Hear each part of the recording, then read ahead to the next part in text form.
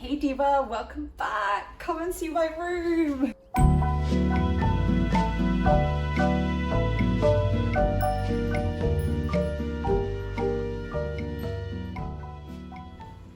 So I feel like since I've been in Birmingham, my room has definitely changed and evolved with me, like the interior design taste. It's been really interesting looking back at pictures from like my first year room, which was plastered in K-pop photos. It's actually kind of embarrassing. To my second year room, where I started to get interested in like designing rather than just putting up my favorite things. And then my third year room, which I personally still think is my favorite room because I feel like it was definitely a marker of my personality and stepping into my true self. I became more confident in wearing different clothes, became more confident in my parents, became more confident in my interests, and was slowly starting to like sort of peel back a layer of safety I think I had around myself, of exploring things that didn't realize I had the space to explore. So yeah, my room feels like it's always been a reflection of my true interests, sort of where I draw inspiration from as well. I'd see my room not as a place of like comfort, it's like almost like a reflection of my imagination. Like these are the things that I want to be seeing in my life sort of thing. So we start off straight away with some little pictures on the wall. I previously had like Polaroids all over it, but I took it down and I feel much better about it. There's a postcard from the Peggy Guggenheim, I believe, in Venice. I saw this painting in the Peggy Guggenheim and I was obsessed. It's like, I think it's a surrealist painting, but the magical realism elements of it is so dark but dreamy, and it's really what my work and creativity has been leaning towards, not on YouTube, but definitely in my writing. I've been leaning more to the like, magical realism and dark side. And then I have a couple of Polaroids from me in Paris, because again, that was like my first step into finding my true self, and I treasure that month's trip like with all my heart. And then a little picture of baby me being a diva. This is to remind myself I have been, and I always will be a diva. And then I feel like this was my favorite decision for this room, was opening up the room to a bookcase, because the room has this like sort of like weird corridor moment. And so when I leave my door open, you can stare directly into my bookcase. So you're not just looking at nothing, which I think is really nice. And also my books will always forever be a true reflection of myself. Organizing bookshelves is a very controversial thing, I feel like. I tried to do the rainbow share, I tried to do like alphabetical, nah. The superior way of organizing a bookcase will always be by genre, because you want to hear me out. Books from the same genre will usually have the same sort of cover, the same sort of vibe, design. It's a marketing technique. It makes the book you sort of can pick up a book and can tell whether it's going to be non-fiction, whether it's going to be fiction, whether it's going to be fantasy, whether it's going to be literary fiction, whether it's going to be romance, you know what I mean? So organizing it by genre, not only is it able to find your books easier, but they also look really good to eat with each other. So, superior way.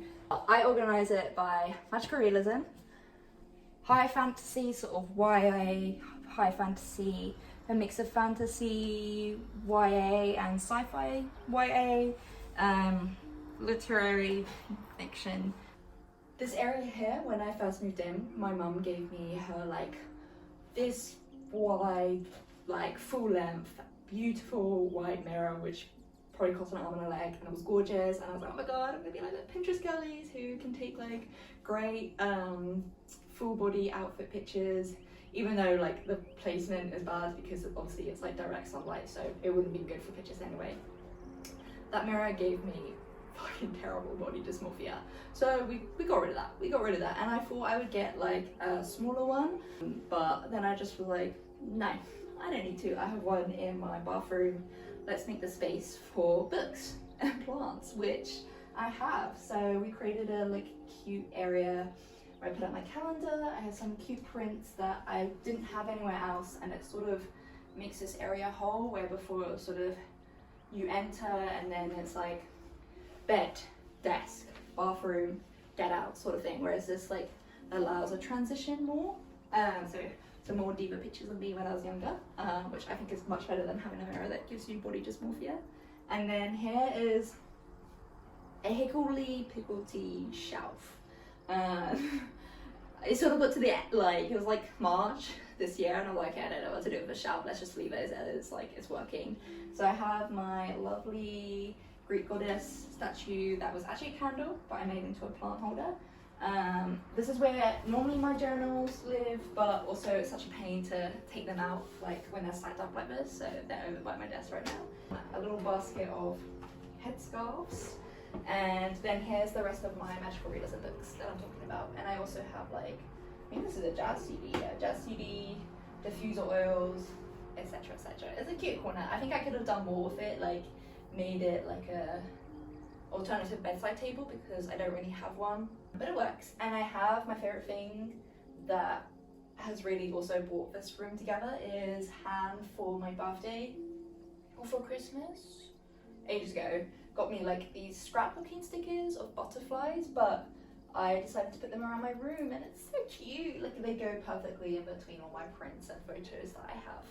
And then this is like kind of a closer look of my favorite area. But when we were looking around and I realized this was part of the furniture, I was like, oh my god, this is so ugly. How am I gonna make it work? And then I realized, like, because I'm west facing, the sunlight directly comes onto this space. You can't really see it now, maybe because I'm in the way. No, it's sort of like it's too early, but the sunlight refracts off this glass chest of drawer and creates like rainbows everywhere, and it's so pretty, and it doesn't get as like smudged or as dirty as I thought it would be.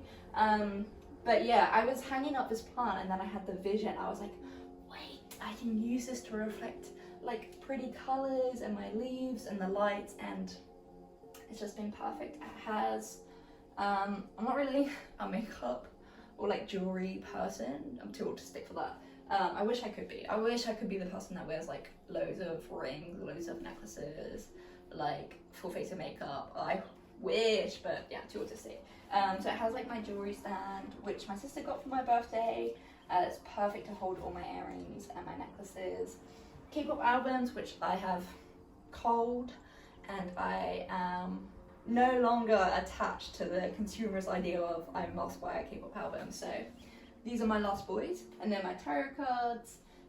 Again, this is the OG Paphos. So what I was talking about, the propagations, this is the bad boy it came from. The other one kind of like split off and died, which is why I don't have the second original one, but her babies live on. And yeah, and then this is just my chest of drawers. Okay, you can't really see because of the sunlight, even though the sunlight is lovely, but my bed is an IKEA standard double. It is a bed with under bed storage. I'm saying bed way too much. Which basically fits my sheets, my second duvet, because this is an old apartment, so it gets fucking freezing in here in the winter. My like winter clothes, my suitcases, and all my memory box stuff. So it's a great little bed. I'm really sad I can't take it to London, but the place is already furnished. We have the main stars of the show. We have my collection of rabbits from when I was younger, plus Miffy, and then my collections of cows.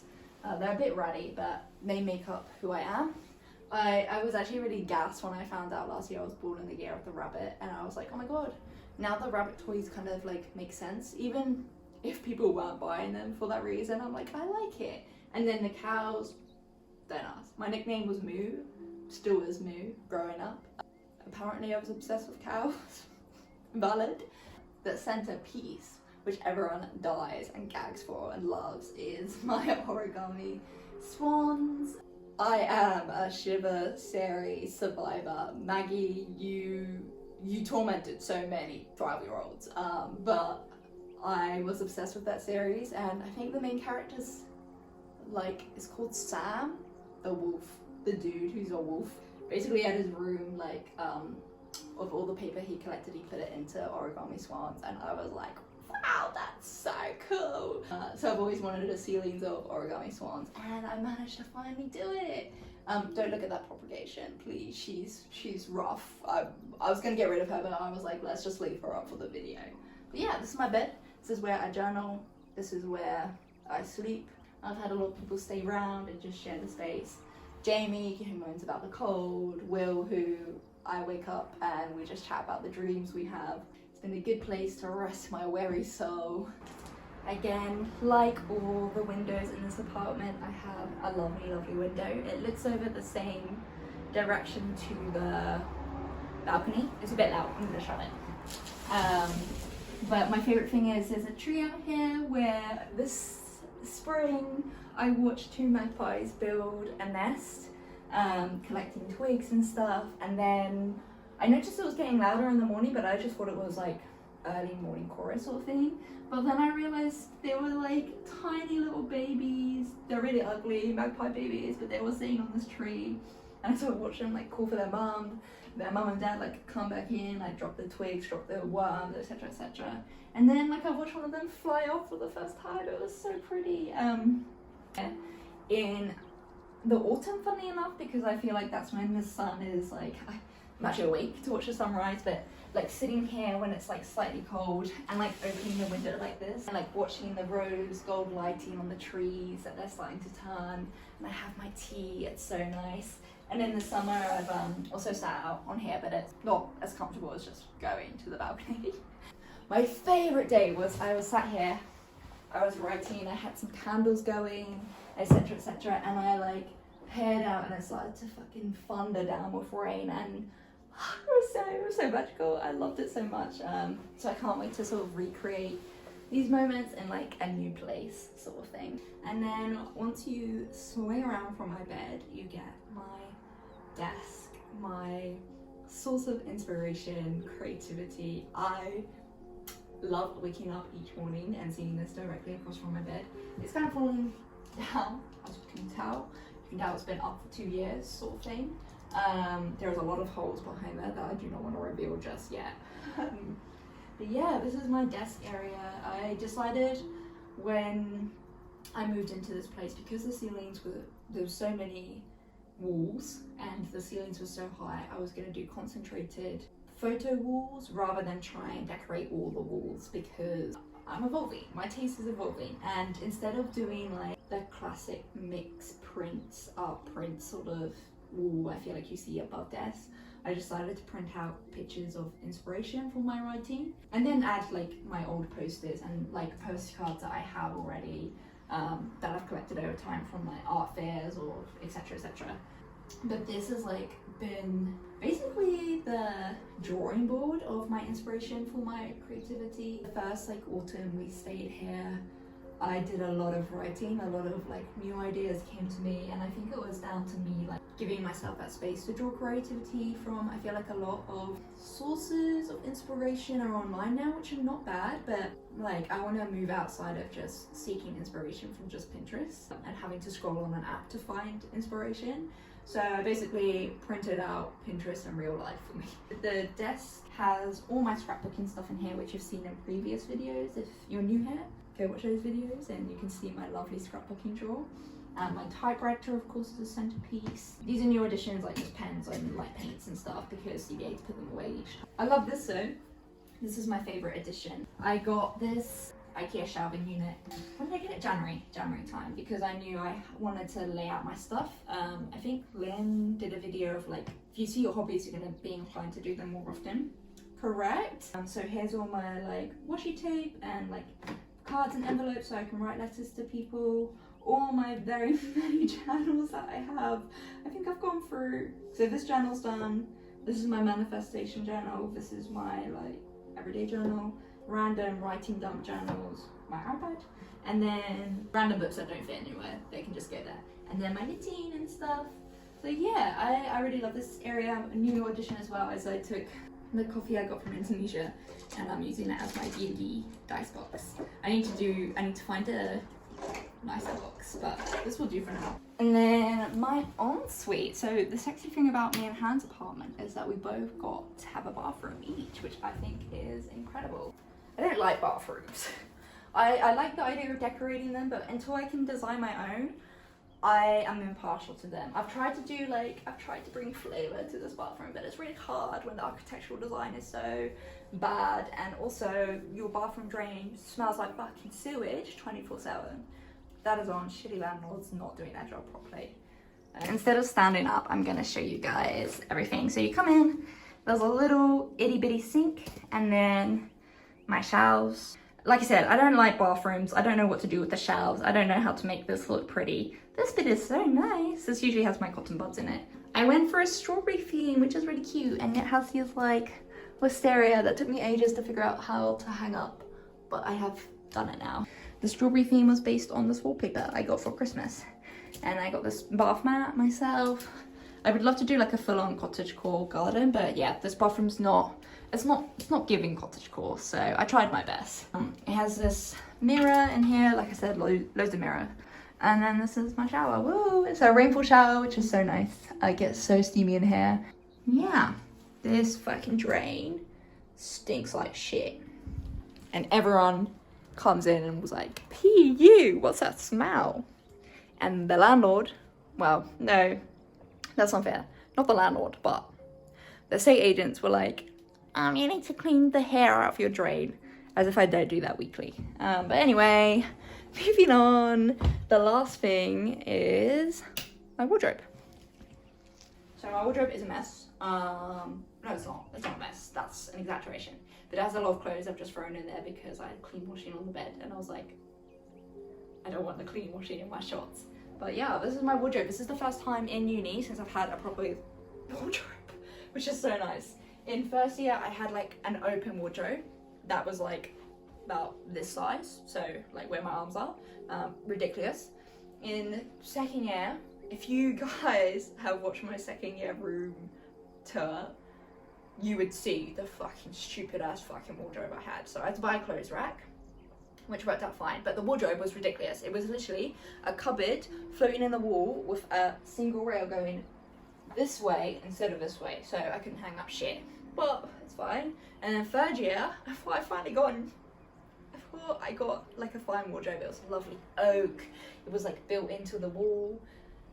Normal coat hangers didn't fit in it, so again I had to use my like coat rack, and then like with the clothes I could fit in there, all the clothes had to be on an angle like this. So I was glad when I finally got a normal wardrobe, only to realise that this wardrobe comes with a lovely mold issue.